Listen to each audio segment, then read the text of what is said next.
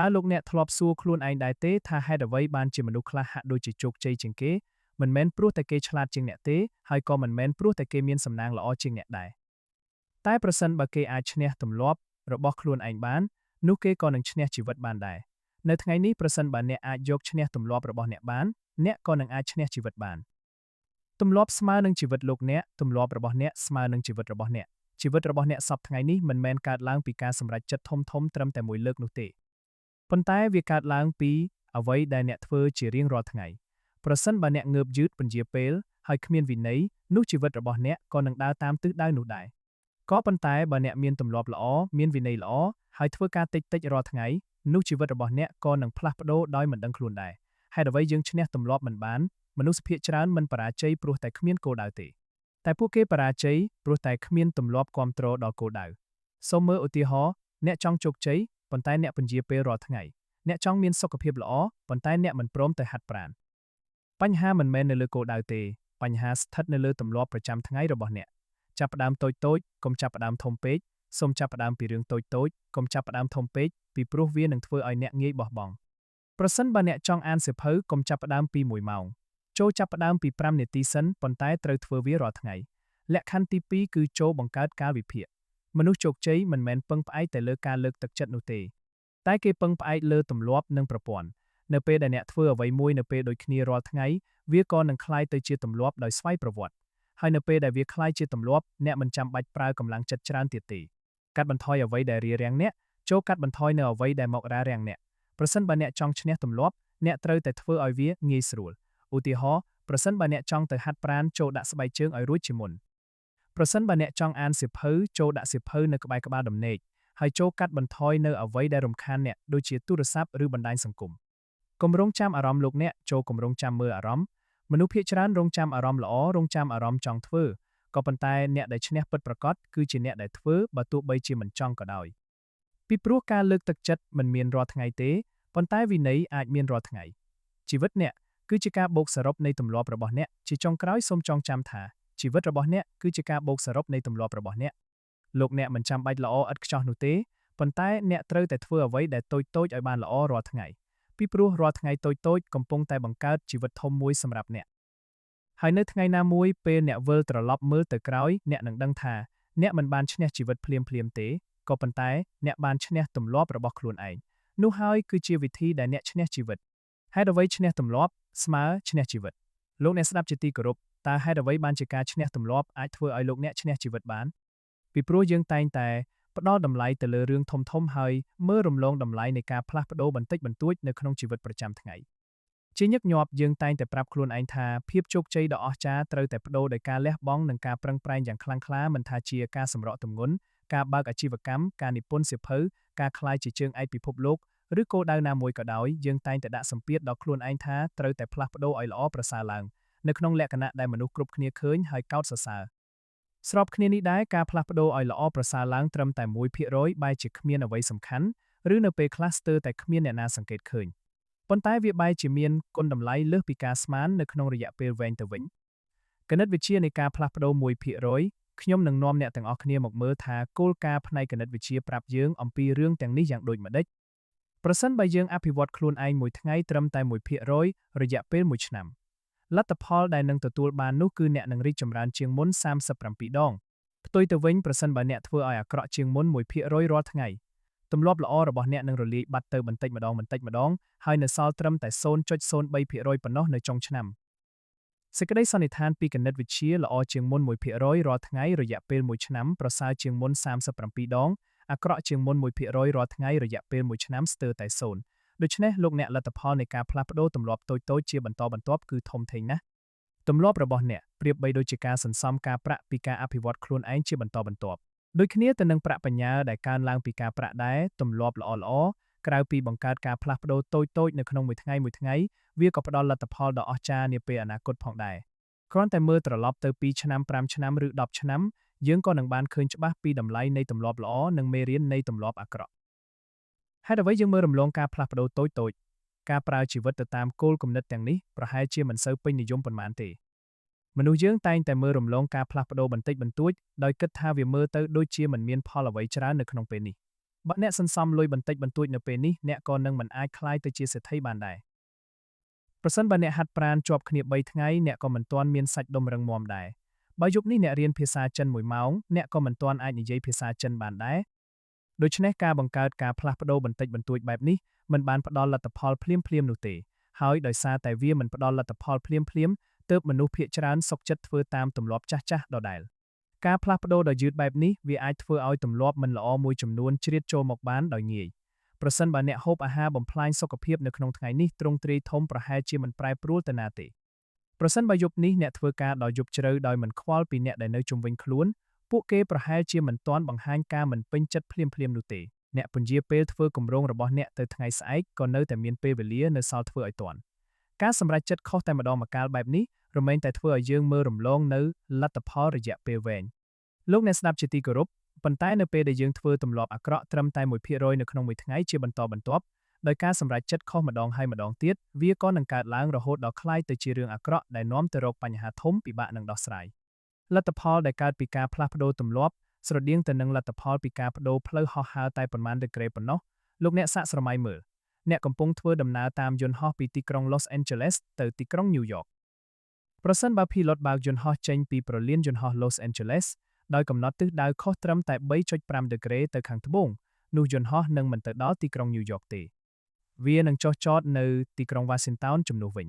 នៅពេលដែលយន្តហោះចាប់ផ្ដើមហោះឡើងស្ទើរតែគ្មានអ្នកណាម្នាក់ដឹងពីការផ្លាស់ប្ដូរតិចតួចនេះឡើយក្បាលយន្តហោះប្ដូរទិសដៅត្រឹមតែប៉ុន្មានសង់ទីម៉ែត្រប៉ុណ្ណោះប៉ុន្តែនៅពេលដែលយើងពង្រីករូបភាពដើម្បីឲ្យឃើញទូទាំងប្រទេសអាមេរិកយើងក៏នឹងឃើញថាចំណែកផ្លូវរវាងទីក្រុងទាំងពីរនោះគឺឆ្ងាយពីគ្នារាប់រយគីឡូម៉ែត្រដូច្នេះស្រដៀងគ្នានេះដែរការផ្លាស់ប្ដូរបន្តិចបន្តួចនៅក្នុងកិច្ចការប្រចាំថ្ងៃរបស់អ្នកត្រឹមតែ 1% ល្អជាងមុនឬ 1% អាក្រក់ជាងមុនមើលដំបូងដូចជាមិនសំខាន់ប៉ុន្តែនៅក្នុងរយៈពេលវែងវានឹងមានឥទ្ធិពលយ៉ាងខ្លាំងទៅលើជីវិតរបស់អ្នកជម្រើសតូចៗទាំងនោះនឹងធ្វើឲ្យកើតលទ្ធផលខុសគ្នាឆ្ងាយរវាងបច្ចុប្បន្ននិងអនាគតភាពជោគជ័យកើតពីទម្លាប់ប្រចាំថ្ងៃភាពជោគជ័យគឺជាលទ្ធផលនៃទម្លាប់ដែលយើងធ្វើជាប្រចាំវាមិនមែនកើតពីការផ្លាស់ប្ដូរអ្វីមួយតែមួយលើកនោះទេបើទោះបីជាពេលនេះអ្នកទទួលបានជោគជ័យឬអត់មិនសំខាន់ទេអ្វីដែលសំខាន់គឺតើទម្លាប់របស់អ្នកកំពុងតែនាំអ្នកទៅរកជោគជ័យដែរឬទេដូច្នេះលោកអ្នកគួរតែចាប់អារម្មណ៍ទៅលើដំណើរការបច្ចុប្បន្នដែលនឹងនាំអ្នកទៅរកភាពជោគជ័យនាពេលអនាគតច្រើនជាងការមើលតែលទ្ធផលបច្ចុប្បន្នឧទាហរណ៍ជាក់ស្ដែងប្រសិនបើពេលនេះអ្នកជាសេដ្ឋីប៉ុន្តែអ្នកចាយលុយច្រើនជាងចំណូលដែលអ្នករកបានរាល់ថ្ងៃនោះមានន័យថាអ្នកកំពុងដើរខុសផ្លូវបើទម្លាប់នៃការចាយវាយរបស់អ្នកមិនផ្លាស់ប្ដូរអ្នករមែងតែនឹងជួបរឿងមិនល្អនាពេលខាងមុខផ្ទុយទៅវិញប្រសិនបើអ្នកកំពុងក្រខ្សត់ប៉ុន្តែអ្នកព្យាយាមចាយវាយតិចជាងចំណូលរាល់ខែនោះមានន័យថាអ្នកកំពុងតែស្ថិតនៅលើផ្លូវឆ្ពោះទៅរកសេរីភាពផ្នែកហិរញ្ញវត្ថុបើទោះបីជាអ្នកដើរយឺតជាងអ្នកដទៃក៏ដោយលទ្ធផលផ្សេងៗគ្នាដែលនឹងកើតឡើងនាពេលអនាគតគឺគ្រាន់តែជាឧបករណ៍វាស់ស្ទង់ទម្លាប់របស់អ្នកប៉ុណ្ណោះភាពស្ដុកស្ដំរបស់អ្នកវាស់ស្ទង់ទម្លាប់នៃការរៀនរបស់អ្នកទម្ងន់របស់អ្នកវាស់ស្ទង់ទម្លាប់នៃការហូបចុករបស់អ្នកចំណេះដឹងរបស់អ្នកវាស់ស្ទង់ទម្លាប់នៃការរៀនរបស់អ្នកសណ្ដាប់ធ្នាប់វាស់ស្ទង់ទម្លាប់នៃការរក្សាទុកនៅសន្តិសុខអ្នកនឹងទទួលបានលទ្ធផលទៅតាមទម្លាប់ដែលអ្នកបានធ្វើជាប្រចាំប្រសិនបើអ្នកចង់ទស្សន៍ទាយជោគវាសនាជីវិតខ្លួនឯងអ្វីដែលអ្នកត្រូវធ្វើមុនគេនោះគឺទទួលយកអ្វីមួយចូលមកក្នុងជីវិតឬកម្ចាត់អ្វីមួយចេញពីជីវិតបន្តិចម្ដងហើយសង្កេតមើលសួរខ្លួនឯងនៅសំណួរទាំងនេះ 1. តើអ្នកកំពុងចាយវាយលុយតិចជាងចំណូលដែលអ្នករកមកបាននៅក្នុងមួយខែដែរឬទេ 2. តើអ្នកចេញទៅហាត់ប្រាណរាល់សប្តាហ៍ដែរឬទេ 3. តើអ្នកបានអានសៀវភៅឬរៀនអ្វីថ្មីៗរាល់ថ្ងៃដែរឬការតាំងចិត្តធ្វើរឿងតូចៗទាំងអស់នេះហើយដែលនឹងទស្សន៍ទាយអនាគតរបស់អ្នកពេលវេលាធ្វើឲ្យគម្លាតរវាងជោគជ័យនិងបរាជ័យកាន់តែធំឡើងពេលវេលានឹងផ្ដល់លទ្ធផលទ្វេដងចំពោះអ្វីដែលអ្នកធ្វើវាដដែលទម្លាប់ល្អធ្វើឲ្យពេលវេលាคล้ายជាមិត្តទម្លាប់មិនល្អធ្វើឲ្យពេលវេលាคล้ายជាសត្រូវទម្លាប់កំបិតមុខពីរលោកអ្នកស្ដាប់ជាទីគោរពទម្លាប់ប្រៀបដូចជាកំបិតមុខពីរទម្លាប់មិនល្អអាចคล้ายទៅជាបន្ទុកដល់អ្នកបានដោយងាយទម្លាប់ល្អអាចជំរុញអ្នកឲ្យរីកចម្រើនដូច្នេះការសិក្សាស៊ីជម្រៅតាក់ទងនឹងទម្លាប់គឺជារឿងសំខាន់ណាស់លោកអ្នកត្រូវដឹងថាទម្លាប់មានផលប៉ះពាល់ដល់ជីវិតរបស់អ្នកយ៉ាងណាខ្លះខាងក្រោមនេះខ្ញុំនឹងបកស្រាយជូនលោកអ្នកអំពីទម្លាប់ផ្សេងៗទម្លាប់វិជ្ជមានគឺសន្សំ 1. សន្សំប្រសិទ្ធភាពនិងសមិទ្ធផលចំពោះការងារដែលធ្វើដោយជោគជ័យ 2. ជ័យជំនះតូចៗនៅក្នុងមួយថ្ងៃការសន្សំបន្តិចម្ដងនឹងជួយឲ្យជីវិតការងារនិងជីវិតប្រចាំថ្ងៃរបស់អ្នកល្អប្រសើរឡើង 3. សន្សំចំណេះដឹង ការរៀនគំនិតថ្មីៗតែមួយមុខមិនបានធ្វើឲ្យអ្នកក្លាយទៅជាអស្ចារ្យនោះទេប៉ុន្តែការតាំងចិត្តរៀនជាបន្តបន្ទាប់វានឹងអាចបង្កើតភាពអស្ចារ្យបាន4សន្សំទំនាក់ទំនងល្អមនុស្សប្រៀបដូចជាកញ្ចក់ឆ្លុះប្រសិនបើអ្នកជួយអ្នកដទៃកាន់តែច្រើនពួកគេនឹងចង់ជួយអ្នកកាន់តែច្រើនដូចគ្នាលោក Warren Buffett ធ្លាប់បាននិយាយថាចំណេះដឹងដែលកើតឡើងប្រៀបដូចជាការសន្សំប្រាក់ដែលយើងដាក់នៅក្នុងធនាគារយ៉ាងដូច្នោះដែរទម្លាប់អវិជ្ជមានក៏សន្សំដែរប៉ុន្តែសន្សំរឿងអាក្រក់1សន្សំភាពតានតឹងភាពតានតឹងតូចៗពីការស្ទះចរាចរណ៍បន្ទុកធ្ងន់ពីតួនាទីឪពុកម្ដាយភាពតានតឹងពីការងារបើកើតឡើងជាបន្តបន្ទាប់ច្រើនឆ្នាំវានឹងក្លាយទៅជាបញ្ហាសុខភាពធ្ងន់ធ្ងរ2សន្សំគំនិតអវិជ្ជមាននៅពេលដែលអ្នកគិតថាខ្លួនឯងគ្មានតម្លៃល្ងង់ខ្លៅឬខ្សោយចំណេះដឹងអ្នកក៏នឹងកាន់តែក្លាយទៅជាមនុស្សបែបនោះ3សន្សំភាពខឹងស្អប់ភាពចលាចលបាតកម្មកុបកម្មវាមិនមែនកើតឡើងស្រាប់តែមួយរំពេចនោះទេវាកើតពីភាពខឹងស្អប់តូចៗជាច្រើនរួមគ្នាផ្សាយផ្សំរហូតដល់ត្រៀមប្រើអំពើហិង្សាលោកអ្នកស្ដាប់ជាទីគោរពការវិវត្តផ្សេងៗសុទ្ធតែឆ្លងកាត់ឧបសគ្គជាច្រើនវាកើតចេញពីហេតុនិងផលជាច្រើនយ៉ាងរួមចូលគ្នារហូតដល់ធ្វើឲ្យកើតការផ្លាស់ប្ដូរដ៏អស្ចារ្យគំនិតនេះកើតឡើងនៅគ្រប់ទីកន្លែងជំងឺមហារីកត្រូវប្រើពេលវេលាជាង 80% នៃជីវិតរបស់វាដើម្បីលូតលាស់នៅក្នុងរាងកាយរបស់មនុស្សដោយពិនិត្យមិនឃើញក៏ប៉ុន្តែបែរជារីករាលដាលពេញរាងកាយក្នុងរយៈពេលតែប្រមាណខែប៉ុណ្ណោះដើមឫស្សីលូតលាស់យើងស្ទើរតែមិនបានសង្កេតឃើញឡើយក្នុងរយៈពេល5ឆ្នាំដំបូងពីព្រោះវាកំពុងតែលូតលាស់នៅក្រោមដីមុននឹងវាលោតឡើងទៅលើប្រវែងជាង2ម៉ែត្រក្នុងរយៈពេលត្រឹមតែ6សប្តាហ៍ដូចគ្នាទៅនឹងទម្លាប់ដែរមនុស្សយើងតែងតែមើលមិនឃើញភាពខុសគ្នាអ្វីរហូតដល់ពេលវេលាប្រមូលផ្ដុំគ្រប់គ្រាន់នៅពេលដែលអ្នកចាប់ផ្ដើមស្វែងរកលទ្ធផលអ្នកតែងតែវង្វេងនៅក្នុងផ្លូវដើរខុសពីព្រោះអ្នករំពឹងចង់ឃើញការវិវត្តភ្លាមៗនៅថ្ងៃដំបូងសប្តាហ៍ដំបូងឬខែដំបូងបន្ទុកនៃសក្តានុពលអាចកំបាំងទម្លាប់ប្រៀបដូចជាត្រាសម្គាល់គុណភាពដែលសន្សំមកជាយូរហើយលទ្ធផលដ៏អស្ចារ្យកើតឡើងនៅពេលក្រោយទាំងនេះគឺជាហេតុផលដែលធ្វើឲ្យការរក្សាទម្លាប់ឲ្យនៅគង់វង្សគឺជារឿងពិបាកយើងចាប់ផ្ដើមបង្កើតការផ្លាស់ប្ដូរបន្តិចម្ដងក៏ប៉ុន្តែមិនឃើញលទ្ធផលភ្លាមហើយក៏បោះបង់ការតាំងចិត្តពាក់កណ្ដាលទីចោលលោកអ្នកអាចនឹងគិតថាខ្ញុំរត់ហាត់ប្រាណរាប់ខែហើយចុះហេតុអ្វីក៏រាងកាយរបស់ខ្ញុំមិនឃើញប្រែប្រួលសោះនៅពេលដែលអ្នកបណ្ដោយឲ្យគំនិតបែបនេះចូលមកគ្រប់គ្រងអ្នកនឹងបោះបង់ចោលការបង្កើតទម្លាប់ល្អៗដោយងាយប៉ុន្តែប្រសិនបើអ្នកចង់បានលទ្ធផលដែលខុសពីមុនអ្នកត្រូវតែរៀនបង្កើតទម្លាប់ទាំងនោះជាបន្តបន្ទាប់រហូតដល់ឆ្លងផុតសភាពនេះដែលខ្ញុំហៅថាបន្ទុកនៃសក្តានុពលអាចកំបាំងតែនប្រសិនបើលោកអ្នករកឃើញថាការបង្កើតទម្លាប់ល្អនិងការបញ្ឈប់ទម្លាប់មិនល្អគឺជារឿងពិបាកនោះមិនមែនព្រោះតែអ្នកគ្មានសមត្ថភាពនោះទេប៉ុន្តែព្រោះតែអ្នកមិនទាន់ឆ្លងផុតសភាពនៃបន្ទុកនៃសក្តានុពលអាចកំបាំងនេះការរអ៊ូរទាំថាអ្នកធ្វើមិនបានសម្រេចទាំងដែលខំប្រឹងហើយប្រៀបបីដូចជាការរអ៊ូរទាំចំពោះដុំទឹកកកដែលមិនព្រមរលាយទាំងដែលដាក់ក្នុងសីតុណ្ហភាព25-31អង្សាយ៉ាងដូចនោះដែរការរៀនបង្កើតទម្លាប់របស់អ្នកមិនមែនគ្មានប្រយោជន៍ទេគ្រាន់តែអ្នកកំពុងសន្សំពេលវេលាតែប៉ុណ្ណោះអ្នកនឹងឃើញផលនៅពេលដែលសីតុណ្ហភាពឡើងដល់32អង្សានៅពេលដែលដុំទឹកកករលាយនៅពេលដែលអ្នកអាចឆ្លងផុតសភាពនៃសក្តានុពលអាចកំបាំងបានហើយអ្នកដទៃនឹងហៅថាភាពជោគជ័យនៅក្នុងមួយប៉ព្រិចភ្នែកសង្គមខាងក្រៅឃើញតែហេតុការណ៍ដែលធ្វើឲ្យពួកគេមានអារម្មណ៍ភ្ញាក់ផ្អើលជាជាងមើលឃើញពីដំណាក់កាលដែលទម្រាំតែធ្វើឲ្យកើតលទ្ធផលបែបនេះមានតែអ្នកតែប៉ុណ្ណោះដែលដឹងថាវាជាលទ្ធផលនៃអ្វីដែលអ្នកបានព្យាយាមធ្វើជាយូរមកហើយប្រសិនបើយើងប្រៀបធៀបមនុស្សទៅនឹងសម្បកផែនដីស្រទាប់ថ្មក្រោមដីអាចនឹងរំកិលប៉ះគ្នាជាបន្តបន្ទាប់រយៈពេលរាប់លានឆ្នាំដោយគ្មានអ្វីកើតឡើងរហូតដល់ថ្ងៃមួយសម្បកផែនដីនៅតែរំកិលប៉ះគ្នាក្នុងលក្ខណៈដដែលប៉ុន្តែលើកនេះកម្លាំងរុញច្រាននោះខ្លាំងរហូតដល់កើតការរញ្ជួយដីយ៉ាងខ្លាំងការផ្លាស់ប្ដូរអាចប្រើពេលវេលាជាច្រើនឆ្នាំមុននឹងលទ្ធផលរបស់វាចេញមកឧទាហរណ៍ក្រុមបាល់បោះ San Antonio Spurs លោកអ្នកស្ដាប់ជាទីគោរពក្រុម San Antonio Spurs គឺជាក្រុមកីឡាបាល់បោះមួយក្នុងចំណោមក្រុមដែលល្បីល្បាញជាងគេក្នុងប្រវត្តិសាស្ត្រ NBA ពួកគេបានយកពាក្យស្លោករបស់អ្នកធ្វើកំណែទម្រង់សង្គមដ៏ល្បីឈ្មោះមួយរូបគឺលោកអាចារ្យកុំហ្គានមកដាក់នៅក្នុងបន្ទប់ដាក់សម្ភារៈរបស់ពួកគេពាក្យស្លោកនោះគឺ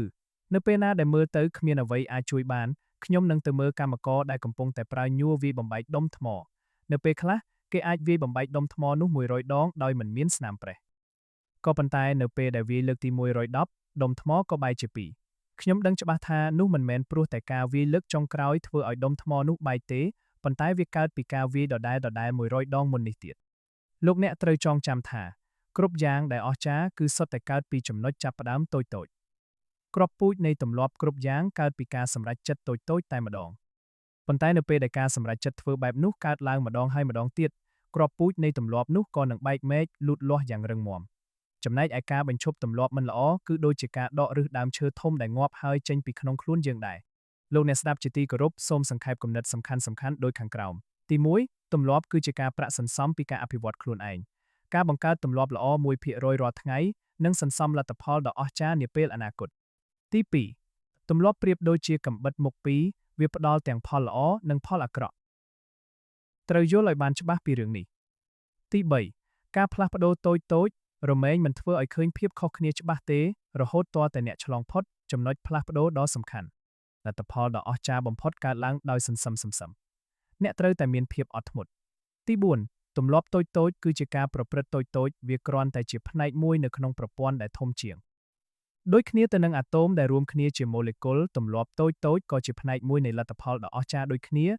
ទី5ប្រសិនបើអ្នកចង់បានលទ្ធផលដ៏ល្អជាងចូលបំភ្លេចរឿងគោលដៅហើយងាកមកផ្ដោតទៅលើដំណាក់កាលជំនួសវិញទី6លោកអ្នកមិនចាំបាច់ឡើងទៅដល់កម្រិតគោលដៅទេតែអ្នកគួរតែចុះមកកម្រិតនៃដំណាក់កាលឲ្យបានជាមុនសិនលោកអ្នកស្ដាប់ជាទីគោរពសូមចងចាំនៅពាក្យមួយឃ្លានេះជានិច្ចតើទម្លាប់របស់អ្នកកំណត់ភាពជាខ្លួនឯងរបស់អ្នកយ៉ាងដូចម្ដេចហើយផ្ទុយមកវិញតើភាពជាខ្លួនឯងរបស់អ្នកកំណត់ទម្លាប់របស់អ្នកយ៉ាងដូចម្ដេចហេតុអ្វីក៏ទម្លាប់អាក្រក់ធ្វើដដែលបានចំណែកឯការធ្វើទម្លាប់ល្អវិញហេតុអ្វីក៏ពិបាកម្ល៉េះនៅក្នុងជីវិតរបស់មនុស្សយើងមានតែប៉ុន្មានយ៉ាងប៉ុណ្ណោះដែលមានឥទ្ធិពលខ្លាំងចំពោះជីវិតរបស់យើង